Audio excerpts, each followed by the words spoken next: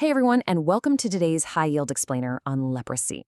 We're going to break down exactly what you need to know for your boards and honestly for your future clinical practice too.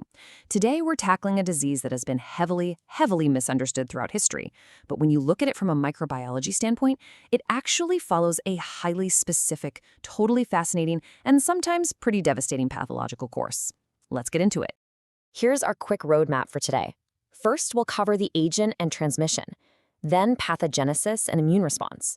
After that, we'll hit clinical features and complications, move into investigations and diagnosis, and finish up with those targeted treatment protocols. All right, part one, the agent and transmission. So who exactly is the culprit here? It's Mycobacterium leprae.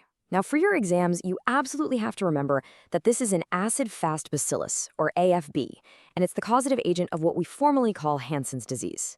What's really wild about this bug is that it's one of the few human pathogens that actually thrives in cooler body temperatures. Oh, and it uniquely shares a zoonotic reservoir with the 9-banded armadillo, which is just one of those weird high-yield trivia facts you kind of have to know. Now, 5 to 20, this is just a staggering reality. It represents the exceptionally long, indefinite incubation period of this disease. 5 to 20 years before symptoms even start to appear.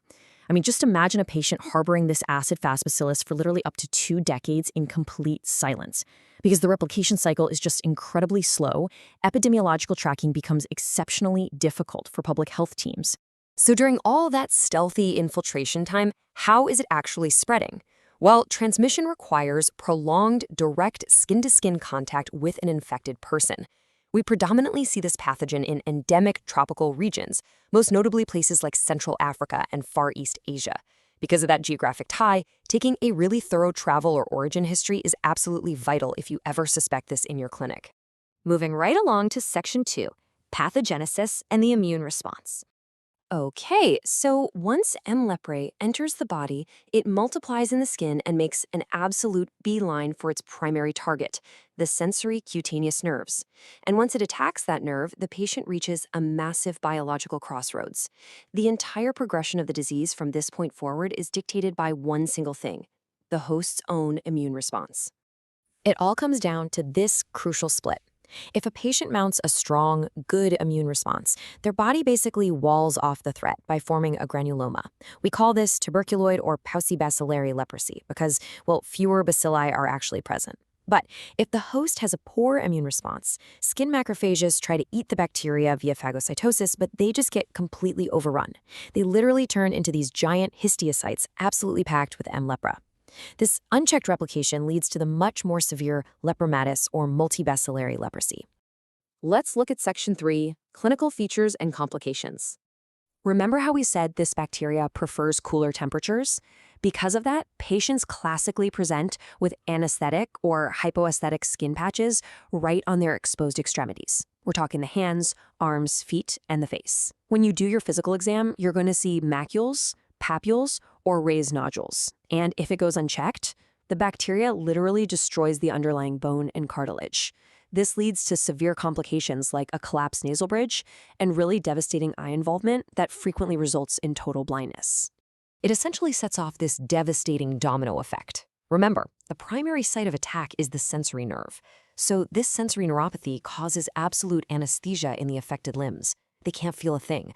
Because of this, the patient is totally unaware of minor injuries. A small cut, a tiny burn, it goes completely unnoticed. And that sets up a vicious repeating cycle of secondary infection that eventually leads to massive tissue necrosis and gangrene. Beyond the limbs, there's an iconic physical deformity you absolutely have to recognize. And it's one that unfortunately carries immense historical stigma.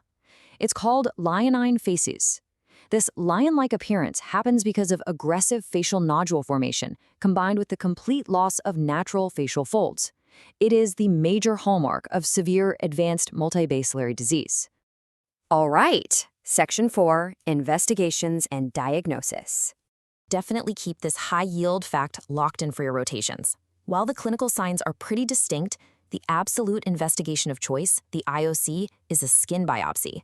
You don't just need this biopsy to definitively confirm the diagnosis by visualizing those acid-fast bacilli.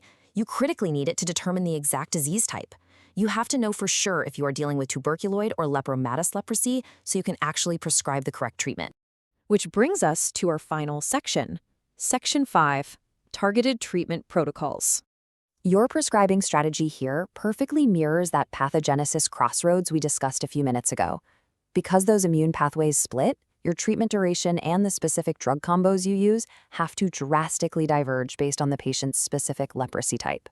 For exam day, you want to firmly contrast these two protocols. Tuberculoid leprosy, since it's paucibacillary, requires a 6-month dual therapy. That is, rifampicin, 600 milligrams taken once a month, alongside dapsone, 100 milligrams taken daily. Lepromatous leprosy, on the other hand, is multibacillary and demands a much longer 1 to 2 year triple therapy. You keep the monthly rifampicin and the daily dapsone, but you absolutely must add clofazimine at 300 milligrams once a month to effectively clear out that heavy bacterial load. And here is one final high-yield pearl to lock in your memory today. If your patient develops severe neuropathy during their disease course, the targeted treatment protocol actually uses thalidomide. Now, I know it has a really notorious history in other medical contexts, but for Hansen's disease, it's a highly effective, specific pharmacological therapy for managing those severe inflammatory neurological reactions. So, to wrap up our explainer today, I want to leave you guys with this thought. We've mapped out the exact microbiology, right? We know the immune mechanisms behind the sensory loss and the visible disfigurement. But knowing all this hard science, how does this disease continue to shape the day-to-day social and economic lives of patients living in these endemic zones today? Medical science has given us the precise pharmacological cure, sure, but overcoming the profound, deep-seated stigma, that remains a massive challenge for our next generation of clinicians. Keep that perspective in mind as you study, and keep striving for that deeper understanding. See you next time.